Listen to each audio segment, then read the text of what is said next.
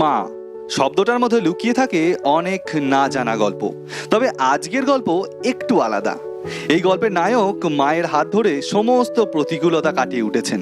আজ মা এবং ছেলের মধ্যে সেই অনবদ্য বন্ডিং এর গল্পই আপনাদের বলবো। মা শব্দটি পৃথিবীর সবচাইতে বড় উপহার, আর সেই উপহারের খুশি হচ্ছে তার সন্তানরা। আপনি সন্তান জন্ম দেওয়ার সময় যে লড়াইটা করেছেন, সেই লড়াইটা পৃথিবীর সবচাইতে বড় লড়াই। তারপরে তাকে বড় করেছেন। আমি আমার মাকে যেমন দেখেছি, সেটা এক লড়াইয়ের ইতিহাস। আমি বাইফেথ মুসলিম, ফলে আমাদের ধর্ম বিশ্বাসে মৃত্যুর পরে শুভ কাজে জান্নাত হয়। আমি সন্তান হিসাবে বিশ্বাস করি যে আমার মা একজন জান্নাতি মা। সালটা ছিল 1954। উত্তর চব্বিশ পরগনা জেলার হাবড়া থানার গুমা। নূর ইসলাম তরফদার নামে এক কৃষক ও তার স্ত্রী রাবেয়া বিবির কোল আলো করে জন্ম নেয় এক কন্যা সন্তান। তার নাম রাখা হয় রিজিয়া। সাংসারিক দারিদ্রতার কারণে মাত্র 12 বছর বয়সে হাবড়া থানার নারায়ণপুর গ্রামে আব্দুল মান্নান সরকার নামে এক সম্ভ্রান্ত পরিবারের পুত্রের সঙ্গে বিবাহ বন্ধনে আবদ্ধ হন রিজিয়া বিবি। এরপর একাধিক ওঠানামার মধ্যে দিয়ে চলতে থাকে তাদের জীবন। এরই মধ্যে একে একে জন্ম নেয় রিজিয়ার 4 সন্তান। আর্থিক দারিদ্রতার কারণে প্রথম কন্যা সন্তান বিনা চিকিৎসায় 18 বছর বয়সে মারা যান। দ্বিতীয় কন্যা সন্তানকে 14 বছর বয়সে আর্থিক কারণে তাকে বিয়ে দিয়ে দিতে হয়। তৃতীয় পুত্র সন্তান 6ষ্ঠ শ্রেণীতে পড়াকালীন চাইল্ড লেবার হিসেবে বাইরে কাজে পাঠাতে হয়। এবং তার চতুর্থ সন্তান গল্পের নায়ক জাহিদুল সরকার। জাহিদুল সরকারের জন্মের সময় তার পরিবারের আর্থিক অবস্থা খুবই দুর্বল ছিল। সেই সময় তার মা একজন শ্রমজীবী হিসেবে কাজ করতেন এবং তার বাবা সেই সময় থেকেই ছিলেন অসুস্থ। ছেলেবেলা থেকেই মেধাবী ছিল জাহিদুল। তার পড়াশোনা এবং সংসার চালানোর জন্য মাকে কখনো পরের বাড়িতে কাজ করতে হয়েছে, তো কখনো পরের জমিতে কাজ করতে হয়েছে, কখনো মনোহারীর ব্যবসা করতে হয়েছে। সারা দিন পরিশ্রম করে রাতে ঘুমোতে হয়েছে যশোর রোডের ধারে ফুটপাথে।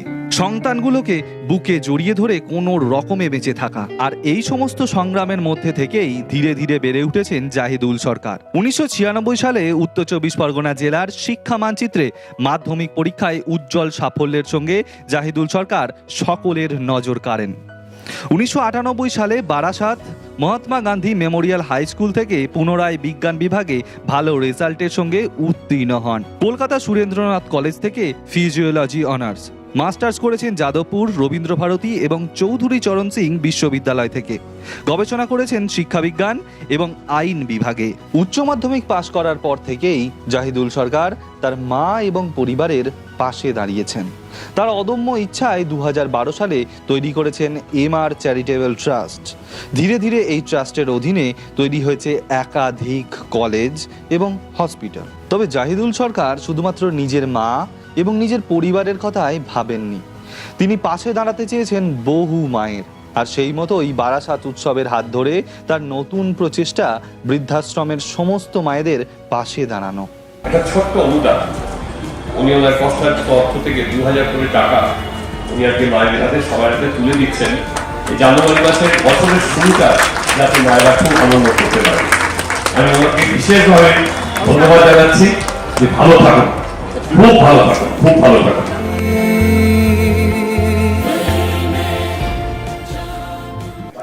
চারটে যুগ, সত্য যুগ যেখানে পুরো বিশ্বই আমার পরিবার, ক্রেতা যুগ যেখানে পুরো দেশই আমার পরিবার, দাপর যুগ যেখানে আমার পরিবারই আমার সব, আর এখন কলি যুগ, তাই আমি আমার পরিবার। এখন আমরা এমন একটা সময় এসে পৌঁছেছি যেখানে কিন্তু আমরা প্রত্যেকেই নিউক্লিয়ার ফ্যামিলি বেশি পছন্দ করি। দাদু ঠাকুমাদের আদর ভালোবাসা অনেক নাতি নাতনি এ যুগে পায় না। এর জন্যই তো বৃদ্ধাশ্রমে সংখ্যা বাড়ছে। বৃদ্ধাশ্রম থেকে যে সমস্ত মায়েরা এসেছেন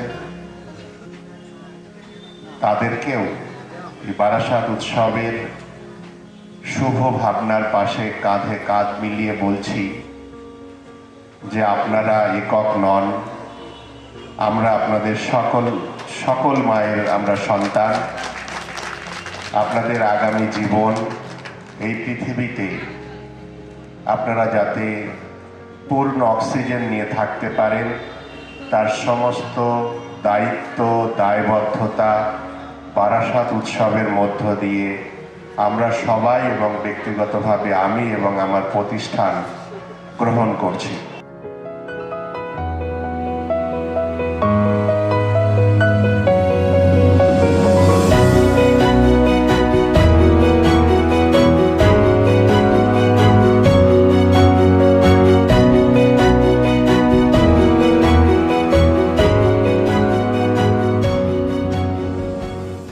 যেটা বললাম নিউক্লিয়ার ফ্যামিলি, মানে আমি একা থাকবো, আমি একাই আমার পরিবার। কেউ কিন্তু এখন নিজের দাদু ঠাকুমা, এই যে পরিবারের যে আনন্দটা নাতি নাতনি থেকে শুরু করে বাবা মারাই, সেটা কিন্তু ভুলে গিয়েছে। এবং তার জন্যই বোধহয় কোথাও একটা কি যে বৃদ্ধাশ্রম ভারতে প্রতিনিয়ত বাড়ছে। এবং আজকে যে গল্পটা আমি বলবো বা যাদের সাথে আপনাদেরকে পরিচয় করাবো, তাদের গল্পটা একটু আলাদা। তারা কিন্তু স্বইচ্ছায় বৃদ্ধাশ্রমে থাকতে এসেছে। আমি স্বইচ্ছায় এসেছি। আমি 53 বছর সংসার করেছি, আর ভালো লাগছে না। ছেলে মেয়ের বিয়ে হয়ে গেছে, নাতি নাতনি হয়ে গেছে সব। এখন ভাবছি আর সংসার করতে ভালো লাগছে না, আমি বৃদ্ধাশ্রমে থাকবো বলে আমি আমার ইয়াতে নিজস্ব ইয়াতে পেনশন পাই, হাতে আমার নিজস্ব ইয়াতে, হাতে আমার ছেলে মেয়েরা কেউ আমার পয়সা নেয় না, হাতে আমি এখন স্বাধীনভাবে থাকতে পারি। কিন্তু আমার একটাই প্রশ্ন, এমনটা কেন হলো যে তারা স্বইচ্ছায় বৃদ্ধাশ্রমকেই থাকার জন্য বেছে নিল? স্বইচ্ছাতেই বৃদ্ধাশ্রমে রয়েছে, এমনও তো অনেকে আছে যারা স্বইচ্ছায় নেই, তাদেরকে রেখে যাওয়া হয়েছে। ইচ্ছে মানে ছেলে মেয়ে হয়তো দেখে না, এরকম এসেছে এখানে, অনেকে আছে এরকম। সেই ছেলে মেয়েদের কি বলবে ঠাম্মি? হ্যাঁ কি বলবো, যে তার স্বার্থপর, তারা তো বাবা মাকে ভালোবাসে না, এরম ধরনের হতে পারে তো। আমরা তো দেখছি সবই, আর কি বলবো, নিজেরা যদি না করে সেখানে আমার বলার কিচ্ছু নেই। একদম, এই ঠাম্মিরা কিন্তু খুব ভালো আছে। তবে এমনও তো অনেক ঠাম্মি রয়েছে যাদের গল্প এই মুহূর্তে তুলে ধরা সম্ভব হলো না। কিন্তু এটাই বলবো নতুন প্রজন্মকে, যে আমরা যেইভাবে বড় হয়েছি, বাবা মারা আমাদেরকে যেইভাবে বড় করেছেন, আমরাও যাতে তাদের বয়স যখন হবে সেই সময় তাদের পাশে থাকতে পারি, তার জন্য নিজেদেরকে সেইভাবে গঠন করতে হবে। শেষটা একটাই কথা বলে বলবো, স্বইচ্ছায় হোক বা ইচ্ছা থেকে হোক বা ইচ্ছা থেকে নাই বা হোক, এমন যেন পরিস্থিতি না দাঁড়ায় যে বাবা মাকে স্বইচ্ছায় বৃদ্ধাশ্রমে থাকতে হয়। তার জন্য কিন্তু সেই দায়িত্বটা একমাত্র আমাদের হাতে।